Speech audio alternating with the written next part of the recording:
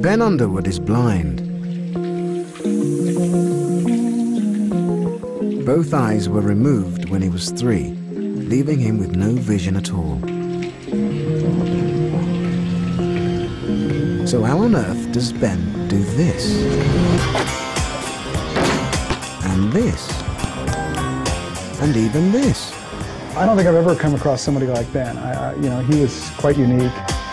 Ben lost his eyes to cancer, but unbelievably, he's taught himself to see with sound.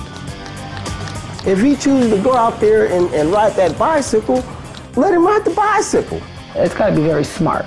Somewhere in there, it's a little genius going on. I don't consider myself blind. Ain't nothing wrong with me.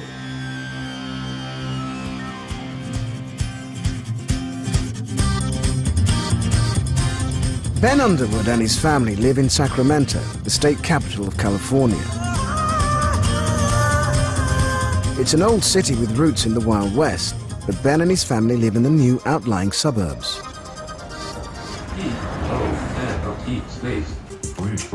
Ben uses many common aids for the blind, like speaking software for the computer, so he can jot down his rap lyrics.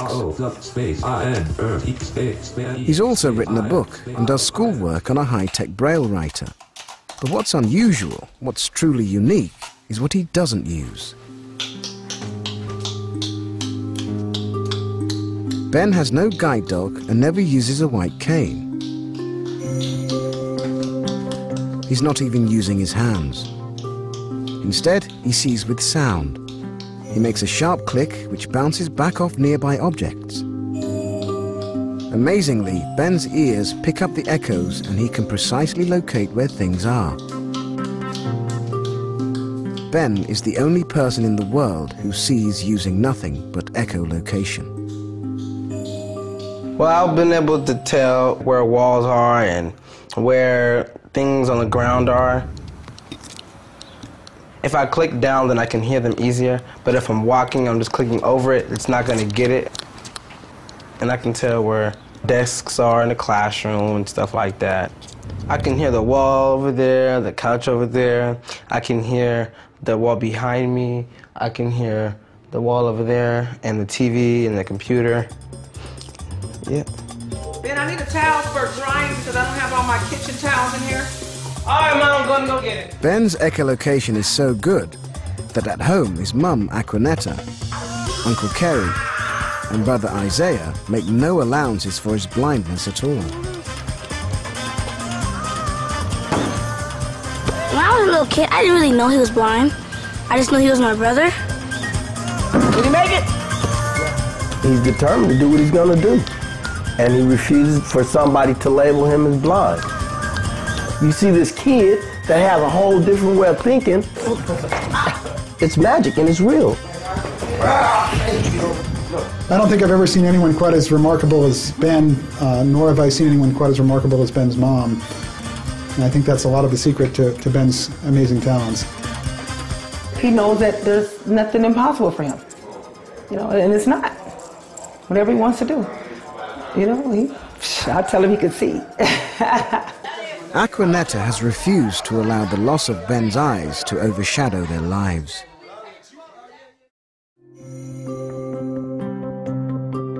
Ben was born perfectly healthy with dark eyes like his mum. But when he was 2, she looked into his eyes and saw something was terribly wrong.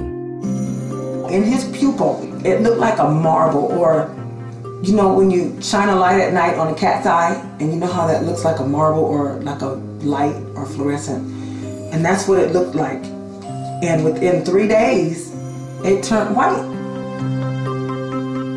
In Ben's eye was a rapidly growing malignant tumor, retinoblastoma. It's a rare infant eye cancer that affects only 6 children per million. If left to its own devices, it would be lethal. It would kill him. The disease would spread locally and he would never be able to survive. If Ben wasn't treated, it would quickly spread along the optic nerve and into his brain. If it's not caught very early, often the treatment is to have to actually remove the eye in order to save the body from having it spread. And Ben, of course, had very aggressive treatment. In an attempt to save his sight, doctors immediately began intense chemo and radiotherapy. But after 10 months, there was still some scattered tumor. Aquanetta had to make a critical, heart-rending decision. I had a choice. I either could remove his eyes or try to keep on with more chemo and radiation to keep the vision. But the thing about it is that if you continue to try, and when if the cancer got down the optic nerve, they wouldn't live. So you have to make a choice. And my choice was, to remove his eyes. From the first dark moments, Aquanetta was determined that little Ben wouldn't think of himself as blind. When he woke up from the surgery, and he said, "Mom, I can't see anymore, I can't see anymore." And I told him, I said, "Baby, yes, you can see." I said, "You can see with your hands." And I put his little hands on my face. I said, "See me?" And I said, "You can see me with your nose." And I put my hand to his nose and I said, "You smell me?" I said, "You can see me with your ears." I said, "You hear me?" I said, "Baby, you can't use your eyes anymore, but you still have your hands and your nose and your ears." I said, "Baby, you can still see."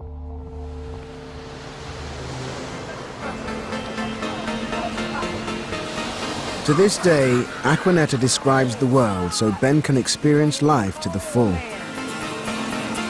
Mom, where you stand right now?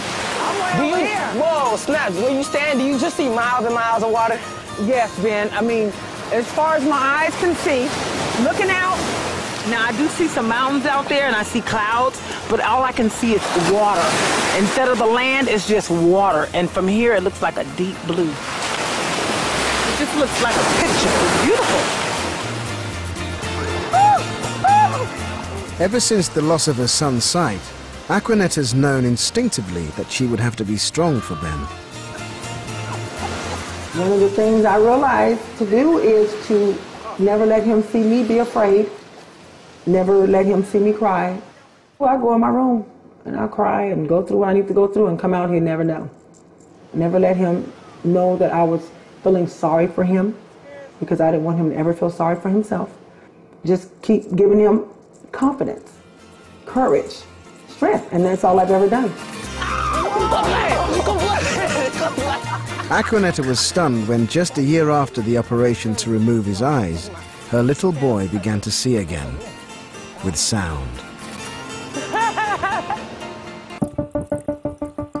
Ben Underwood is on his 4th set of prosthetic eyes.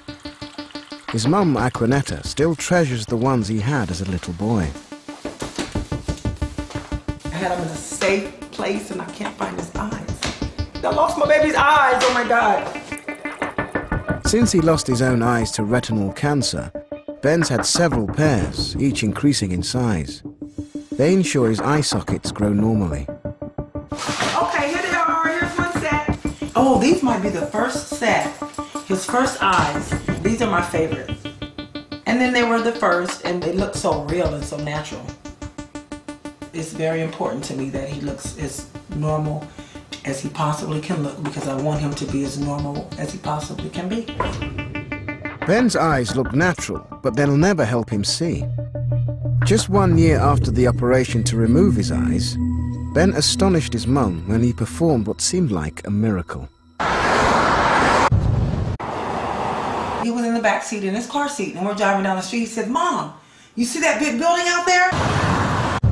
And I said, "I see the big building out there. Do you see that big building out there?" It just kind of tripped me out. I'm like, I can see this. I know this boy can't see.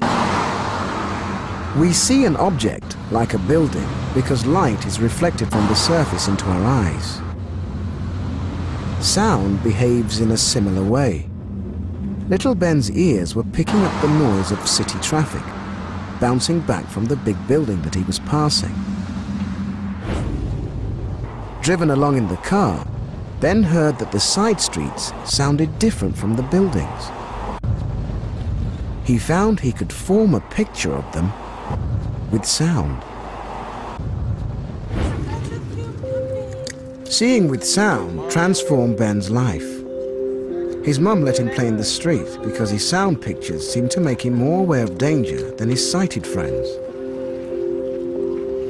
So I would watch and see what he did, and I noticed that, you know, cars would pass by, but as soon as that car would hit the curve, he'd move out of the way. I thought, wow, you know what, he hears those cars, you know, for blocks away. So he knows before the other kids know to move, because I just recognized that, you know, he was paying more attention.